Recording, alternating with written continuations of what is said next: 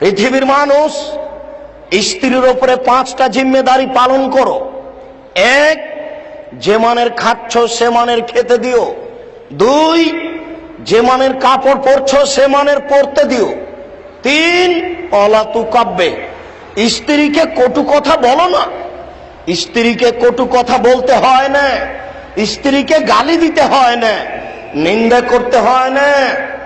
কখনো ভুলেও বলিয়েন না তোমার ঠোঁটটা মোটা। একবার ঠোঁট মোটা বললে 20 বছর আপনাকে ভালোবাসতে পারবে না। ভুলেও কখনো বলিয়েন না তোমার রং কালো। একবার রং কালো বললে জীবনে আপনাকে আর মূল্যায়ন করতে পারবে না। ভুলেও কখনো শ্বশুর শাশুড়িকে গালি দিয়েন না। শ্বশুর শাশুড়িকে যদি ধমকিয়ে কথা বলেন, মরা পর্যন্ত ওই কথা তার ভিতরে কাজ করবে, আপনাকে মূল্যায়ন করতে পারবে না। দিন রাত তার প্রশংসা করুন। এরপরে তিনি বললেন 4, মুখের উপরে মারো না।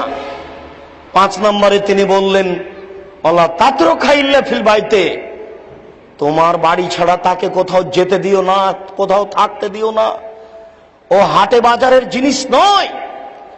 হাটে বাজারে আপনি যাবেন, আপনি কি মরেছেন? আপনার বড় ছেলে কি মারা গেছে? কাজের লোকটা কি মারা গেছে? কাপুরুষ কেন হলেন আপনি? ও কেন বাজারে? ও কেন বাজারে যাবে?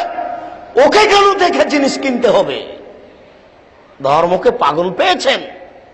রাসূল সাল্লাল্লাহু আলাইহি ওয়াসাল্লাম বলছেন তুমি তাকে তোমার বাড়ি ছাড়া কোথাও যেতে দিও না।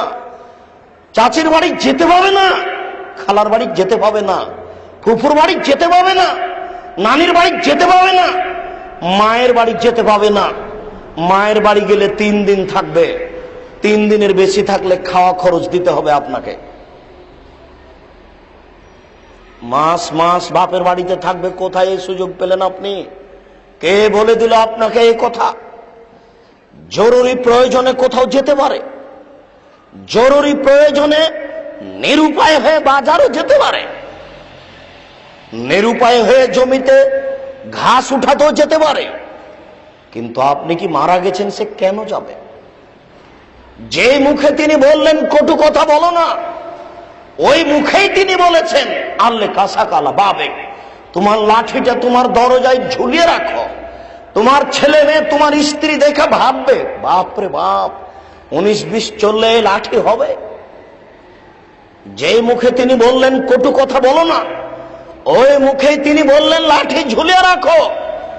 যেই মুখে তিনি বললেন স্ত্রীকে কটু কথা বলো না, ওই মুখেই তিনি বলছেন লা তারফা আসাকা আলা বাবে, তুমি তোমার পরিবার থেকে শিষ্টাচারের লাঠি উঠিয়ে নিও না।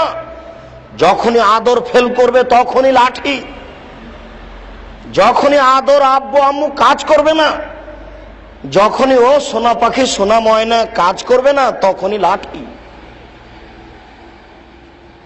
এটাই নীতি। সম্মানিত উপস্থিতি,